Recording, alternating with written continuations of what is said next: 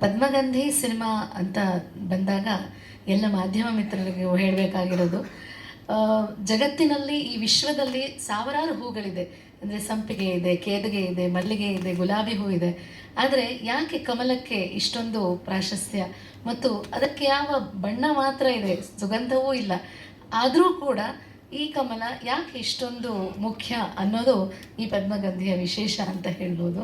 ಹಾಗಾಗಿ ಆ ಒಂದು ಪದ್ಮಗಂಧಿಗೆ ಅದಕ್ಕೆ ಸ್ವತಃ ಸುಗಂಧ ಇಲ್ಲದೇ ಇದ್ರೂ ಇಲ್ಲಿರುವ ದಿಗ್ಗಜರು ಅದಕ್ಕೊಂದು ಸುಗಂಧವನ್ನು ಕೊಟ್ಟಿದ್ದಾರೆ ಅಂತ ಹೇಳ್ತಾ ಈ ಒಂದು ಪಾತ್ರವನ್ನು ಮಾಡೋದಕ್ಕೆ ನನಗೂ ಅವಕಾಶ ಕೊಟ್ಟಿದ್ದಕ್ಕೆ ಎಲ್ಲರ ತಂಡದ ಲೀಲಾ ಮೇಡಮ್ ಹಾಗೂ ಸುಚಂದ್ರ ಪ್ರಸಾದ್ ಸರ್ ಅವ್ರಿಗೂ ಕೂಡ ಅನಂತ ಧನ್ಯವಾದಗಳು. ಯಾಕೆಂದರೆ ಇದು ನಿಜವಾಗಲೂ ಒಂದು ದಾಖಲೆಯನ್ನು ಸೃಷ್ಟಿ ಮಾಡುವಂಥ ಸಿನಿಮಾ ಆಗುತ್ತೆ ಮತ್ತು ಇವತ್ತಿನ ಬಹಳಷ್ಟು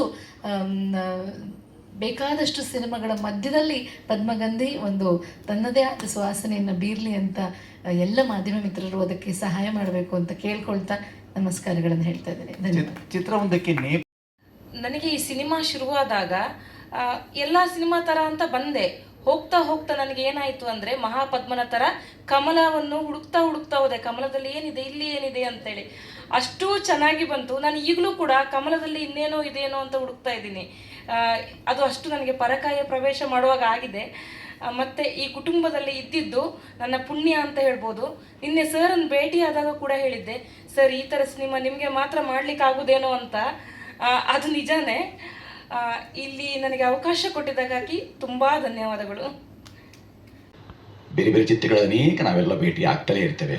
ಆದರೆ ಈ ಚಿತ್ರದ ವಿಶೇಷ ಏನು ಅಂತ ಹೇಳಿದ್ರೆ, ಇನ್ನೂ ಶೇಷ ಇವೆ ಅನೇಕ. ವಿಶೇಷದಲ್ಲಿ ಪದವಿ ಭಾಗ ಮಾಡಬಾರ್ದು ನಾವು, ಆದರೂ ಸಹ ಶೇಷ ಇವತ್ತು ಪದ್ಮ ಕುರಿತಾದಂಥ ಅನೇಕ ಶೇಷ ಸಂಗತಿಗಳು ಉಳಿದಿವೆ. ಇದರಲ್ಲಿ ಇನ್ನು ಉಳಿಕೆ ಸಂಗತಿಗಳು ಹೆಚ್ಚಿವೆ.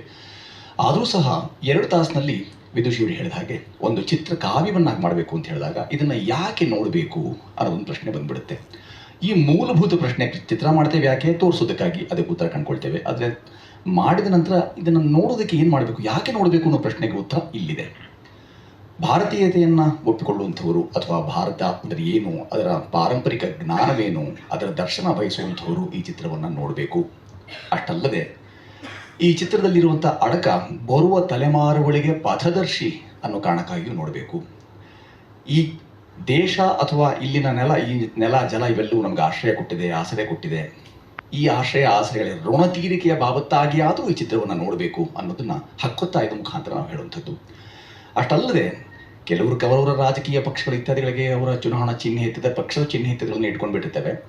ಹಾಗೆಲ್ಲ ಇಟ್ಟುಕೊಂಡವರು ಸಹ ಯಾಕೆ ಹಿರಿಯರು ಇದನ್ನು ಬಳಸಿದ್ರು, ರಾಷ್ಟ್ರೀಯ ಪುಷ್ಪ ಯಾಕೆ ಇದಾಯಿತು, ಯಾಕೆ ಇದರ ಹಿನ್ನೆಲೆ, ಇದು ಮುನ್ನೆಲೆ ಬರಬೇಕು ಅಂತಂದರೆ ಇದರ ಹಿನ್ನೆಲೆ ತುಂಬ ಗಟ್ಟಿಯಾದ್ದು, ಸತ್ವಯುತವಾದ್ದಾಗಿದೆ. ಸ್ವತ್ವ ಅರಿಯೋದಕ್ಕೆ ಮತ್ತು ಸತ್ವ ಇವೆರಡಕ್ಕೂ ಈ ಪದ್ಮಗಂಧಿ ತುಂಬ ಸಹಕಾರಿ. ಪದ್ಮದ ಪರಿಮಳವನ್ನು ಬಿಡ್ತಿರುವಂಥ ಈ ಚಿತ್ರ ನೋಡಿ ಅಂತ ಸುಮ್ಮನೆ ಹೇಳ್ತಾ ಇಲ್ಲ.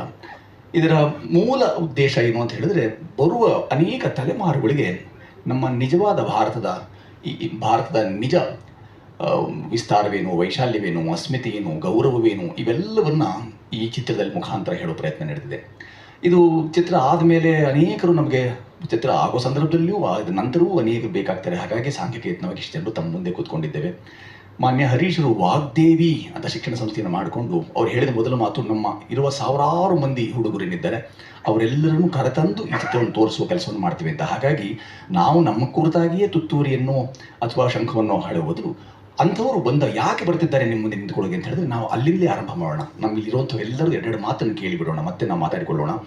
ಕೇವಲ 30 ಕ್ಷಣ ಒಬ್ಬೊಬ್ಬರು ತೆಕ್ಕೊಂಡ್ರೂ ಸಹ ನಾವು ಪದ್ಮಗಂಧಿಯನ್ನು ನಾವು ಅದರ ಕುರಿತು ಹೇಳುವ ಬದಲು ಈಗಾಗಲೇ ಅದರ ಮೇಲೆ ನೇಪಥ್ಯದಲ್ಲಿ, ಅದರ ತೆರೆ ಮೇಲೆ, ತೆರೆ ಹಿಂದೆ ಎಲ್ಲ ಕೆಲಸ ಮಾಡಿದಂಥ ಎಲ್ಲ ಮಹನೀಯರು ಇಲ್ಲಿ ಕೂತಿದ್ದಾರೆ. ಅವರೆಲ್ಲರೂ ತಮ್ಮಲ್ಲಿ 2 ಮಾತುಗಳನ್ನು ಆಡ್ಬಿಡ್ತು ಅಂತಂದರೆ ಪದ್ಮಗಂಧಿನ ಸಾರಾಸಟ್ಟಾಗಿ, ಅಂದರೆ ಅದರ ಸಾರ ಸಂಗ್ರಹ ಮಾಡಿಕೊಡೋಕೆ ಸಾಧ್ಯವಾಗುತ್ತೆ ಅನ್ನೋ ಆಲೋಚನೆಯಿಂದ ನಾನು ಮೊದಲು ಹರೀಶರನ್ನು ನಾನು ದಯಮಾಡಿ ಇದ್ರ ಕುರಿತಾಗಿ ಮಾತು ಹೇಳಬೇಕು ಅಂತ ಕೇಳ್ತೇನೆ. ಹೋದಂಥ ಸಾಮ್ಯ ಏನು ಅಥವಾ ಇದು ಹೋದಂಥ ಸಂಬಂಧವೇನು ಅನ್ನೋದನ್ನು ತುಂಬ ಬಂಧಪೂರ್ಣವಾಗಿ ಇದನ್ನು ಕೊಟ್ಟಿದ್ದಾರೆ. ಅವರು ಪಾಲ್ಗೊಂಡಿದ್ದು ಮತ್ತು ಅವರು ಸ್ವತಃ ನಟರಾಗಬೇಕು ಅಂತ ಬಂದು ಕೊನೆಗೆ ನಟನೆ ಎಷ್ಟು ಅವರು ಹೊತ್ತು ಅಥವಾ ಒಲಿತು ಅಥವಾ ಹೋಗಿತ್ತು, ಇನ್ನು ಮುಂದಿನ ಅದರ ನಾಯಕ ನಟರಾಗಿ ನಟಿಸೋಕೆ ಸಿದ್ಧವಾಗಿದ್ದಾರೆಯೇ, ಇವೆಲ್ಲವನ್ನ ಅವ್ರ ಬಾಯಿಂದ ಕೇಳೋಣ. ನಮಸ್ಕಾರ. ನಾನೊಬ್ಬ ಶಿಲ್ಪ ಕಲಾವಿದ. ನನಗೆ ನಟನೆ ಬಗ್ಗೆ ಗೊತ್ತಿಲ್ಲ. ಆದರೆ ನನ್ನಂಥವ್ರ ಮೂಲಕವೂ ನಟನೆಯನ್ನು ಮಾಡಿಸುವುದು ಎಷ್ಟು ದೊಡ್ಡ ಕಷ್ಟದ ಕೆಲಸ ಅನ್ನೋದು ನನಗೆ ಈ ಸಿನಿಮಾದಲ್ಲಿ ಒಂದು ಸಣ್ಣ ರೋಲ್ ಮಾಡಿದವಾಗ ಗೊತ್ತಾಯಿತು. ಪ್ರಾಯಶಃ ಈ ಸಿನಿಮಾ ಆ್ಯಕ್ಟಿಂಗ್ ಮಾಡುವಾಗ, ಆ್ಯಕ್ಟಿಂಗು ಅಂತಂದ್ರೆ ನಮ್ಮದು ಆ್ಯಕ್ಟಿಂಗ್ ಅಲ್ಲ, ನಾವು ಮಾಡಿದ್ದೇ ಆ್ಯಕ್ಟಿಂಗ್ ಆಯ್ತದೆ ವಾಸ್ತವದಲ್ಲಿ. ಹಾಗೆ ಅಂತ ಅಷ್ಟನ್ನು ಮಾಡುವಾಗಲೂ ಕೂಡ ನನಗೆ ಬಹುಶಃ ಅಯೋಧ್ಯೆ ರಾಮಲಲ್ಲ ಕಡಿಯುವಾಗಲಿ ಅಥವಾ ಕಾಶಿ ಅನ್ನಪೂರ್ಣೇಶ್ವರಿ ಶಿಲ್ಪ ರಚನೆ ಮಾಡುವಾಗಲಿ ಇಷ್ಟು ಭಯ ಆಗಿರಲಿಲ್ಲ. ಆ ಸಿನಿಮಾದ ಹಿಂದಿರುವ ನೋವು, ಸಂಕಷ್ಟಗಳು, ಜವಾಬ್ದಾರಿಗಳು ಏನಿರ್ತದೆ, ಅದರ ವ್ಯವಸ್ಥೆಯನ್ನು ಹೇಗೆ ಮಾಡಿಕೊಂಡು ಆ ಸಮಯವನ್ನು ಹೇಗೆ ಕ್ಲಿಕ್ ಮಾಡ್ಕೋಬೇಕು, ಇದೆಲ್ಲದರ ಪರಿಕಲ್ಪನೆಯನ್ನು ನಾನು ರೂಢಿಸ್ಕೊಳ್ಳೋದಕ್ಕೆ, ನನ್ನ ಶಿಲ್ಪಕಲೆಯಲ್ಲಿ ರೂಢಿಸ್ಕೊಳ್ಳೋದಕ್ಕೆ ಪ್ರಯತ್ನ ಮಾಡುವಂಥದ್ದಕ್ಕೆ ಬಹಳ ದೊಡ್ಡ ಒಂದು ಪಾಠ ನನಗೆ ಸಿಕ್ತು. ಯಾಕೆ ಅಂತಂದರೆ, ಒಂದು ಈ ಪದ್ಮದ ಬಗ್ಗೆ ಹೇಳಬೇಕು ಅಂತಂದರೆ, ಯಾವುದೇ ಈ ಪದ್ಮದ ಬಗ್ಗೆ ನಾವು ಹೇಳೋದಕ್ಕೆ ಸಾಧ್ಯ ಇಲ್ಲ. ಈ ಅಕ್ಕ ಹೇಳಿದಾಗಲೇ ಈ ಸಿನಿಮಾದಲ್ಲಿಯೂ ಕೂಡ ಪದ್ಮದ ಇನ್ನೂ ಅನೇಕ ವಿಷಯಗಳನ್ನು ತಿಳಿಸುವಂತಹ ವಿವರಣೆಗಳು ಇದ್ವು. ಈ ಸಿನಿಮಾದ ಬಗ್ಗೆ ನಾವು ಮಾತಾಡಬೇಕು ಅಂತಂದರೆ ಇಡೀ ಸಿನಿಮಾ ನೋಡಿದ್ರೂ ಹೇಳುವಷ್ಟು ಅಷ್ಟೊಂದು ವಿಷಯಗಳು ಇದೆ.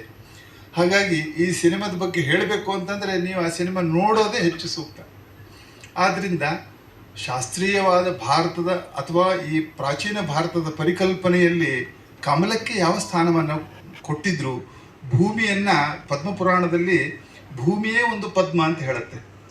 ಕಲೆಯನ್ನು ವರ್ಣಿಸುವುದು, ಯಾವ ವಾಸ್ತವಿಕತೆಯನ್ನು ವೈಭವೀಕರಿಸ್ತೇವೋ ಆವಾಗ ಅದು ಕಲೆ ಅಂತ ಅನಿಸ್ಕೊಳ್ತದೆ. ಹಾಗಾಗಿ ಈ ಸೃಷ್ಟಿಗೆ ಮೂಲ ಕಾರಣವಾದ ಭೂಮಿಯನ್ನು ಪದ್ಮದ ಮೂಲಕ ಹೋಲಿಸ್ಕೊಂಡು ತನ್ನ ಮೂಲಕ ಇಡೀ ಪ್ರಪಂಚದಲ್ಲಿ ಎಷ್ಟು ವಿಸ್ತಾರವಾಗಿ ಪದ್ಮ ಬೆಳ್ಕೊಂಡು ಬಂದಿದೆ ಅನ್ನುವ ಒಂದು ಸಣ್ಣ ಪರಿಕಲ್ಪನೆಯನ್ನು ನೀವು ಸಾಕಾರಗೊಳಿಸ್ಕೋಬೇಕಾದ್ರೆ ದಯವಿಟ್ಟು ಬಂದು ಈ ಸಿನಿಮಾ ನೋಡಿ ನಿಮ್ಮ ಭಾವನೆಯನ್ನು ನೀವು ವ್ಯಕ್ತಪಡಿಸ್ಕೊಳ್ಳೋದು ಹೆಚ್ಚು ಸೂಕ್ತ ಮತ್ತು ಮನ ಮುಟ್ಟುತ್ತೆ. ಮತ್ತು ನಾವು ಇಷ್ಟು ವರ್ಷಗಳ ಕಾಲ ಈ ವಿಷಯವನ್ನು ತಿಳ್ಕೊಳ್ಳೋದೇನೆ ಕಳ್ಕೊಳ್ಬಿಟ್ವಲ್ಲ ಅನ್ನೋ ಒಂದು ಅಪರಾಧಿ ಭಾವನೆ ಕೂಡ ಮೂಡುವಷ್ಟರ ಮಟ್ಟಿಗೆ ಈ ಸಿನಿಮಾ ಅತ್ಯಂತ ಸೊಗಸಾಗಿ ಮೂಡಿ ಬಂದಿದೆ.